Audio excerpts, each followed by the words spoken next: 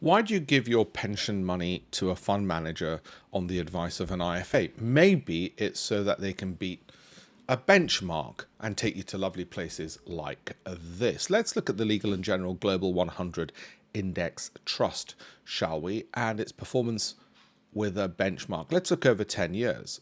Well, actually, it's underperformed the benchmark. 5 years, underperformed. 3 years, underperformed. You can just, and the benchmark is the S&P Global 100 Index, you can just get the exchange traded fund, save yourself a load of fees, and just do the same because they consistently underperform the benchmark. And if you don't want to do that and you want to dive a bit deeper, well, you can do that as well. Look, that's their top 10 holdings.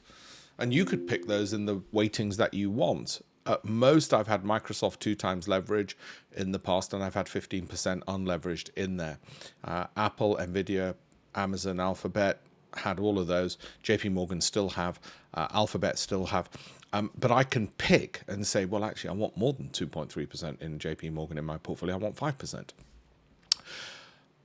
So why not just save yourself the trouble?